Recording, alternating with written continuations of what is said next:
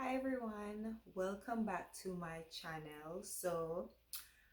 I'm gonna have a story time segment where I'm telling you guys a few fun stories um, that barely anybody knows about me. Um, I always used to write stories on Facebook, on my Facebook status, and it got good feedback. So I'm gonna tell y'all a story about a time how I almost went to jail. Locked up, they won't let me out. Okay, so anyways, growing up, I wasn't fully sheltered, but I was kind of sheltered. Back then, I didn't know how to take the bus or anything. My stepmom would always take me to school and pick me up, or a taxi when I used to live with my grandmother in Portmore. A taxi used to pick me up or drop me off. I never took the bus. So in 11th grade, I had a boyfriend. Ooh. I had a boyfriend. I met him at a track meet. Track is life. I met him at a track meet and he invited me over his house. However, um, I lived with my stepmom at the time, and me telling her I'm going over a boy house just didn't.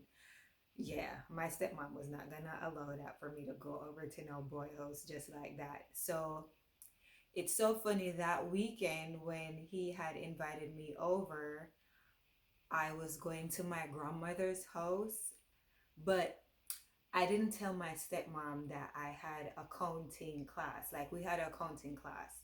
So I ended up taking the bus. You know, when you live in Portmore, you just walk to the bus stop.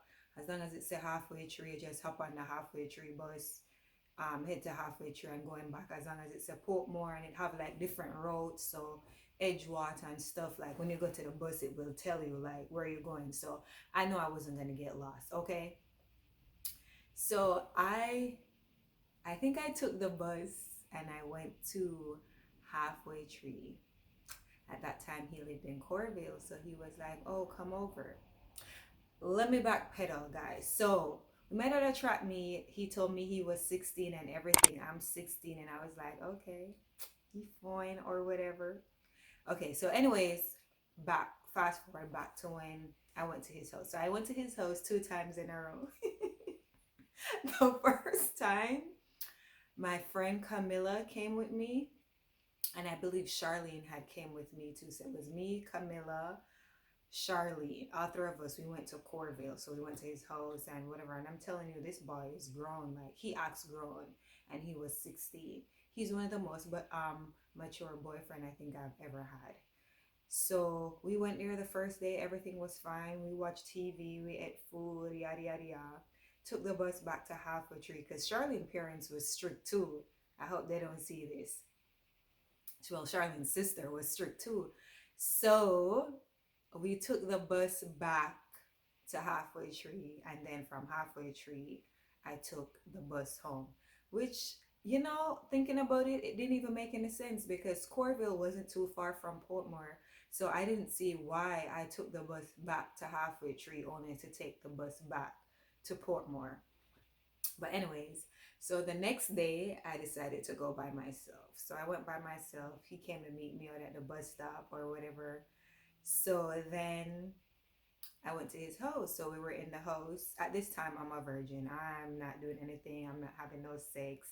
The only sex I used to know about is my classmates talking about their sex lives. Like so I was like, okay, go there at his house. Now we're in his room.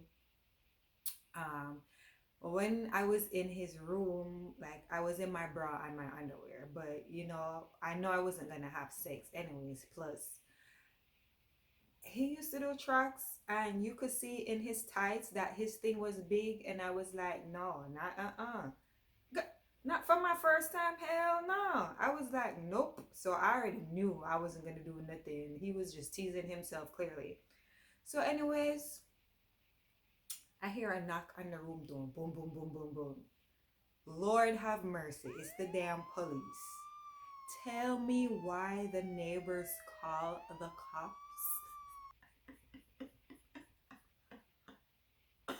Oh my God. The neighbors called the cops because they were like, oh, there's two guys over there and one girl and yada yada yada. Anyways, the cops took me and him to the station.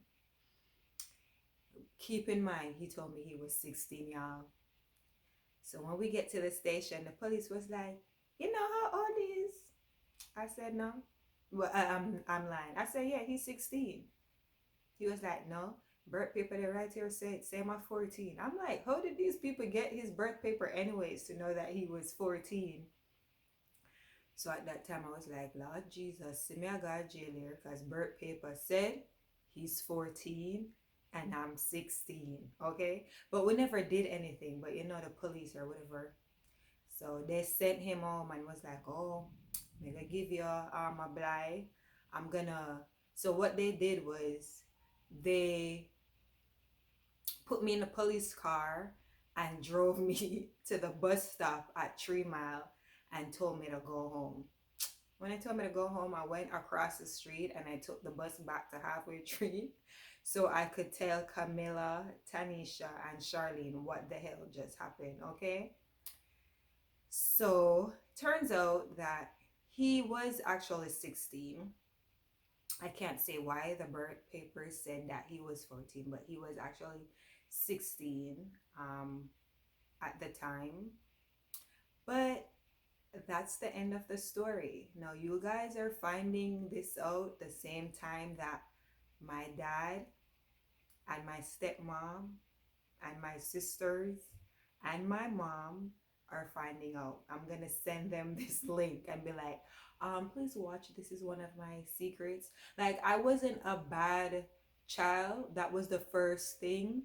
That was like one of the most, yeah, I think that was the only thing I did that mom, like my stepmom or my dad, didn't know about. So yeah, so thank you guys for watching my channel. Please hit that subscribe button below and I hope that you enjoyed my story.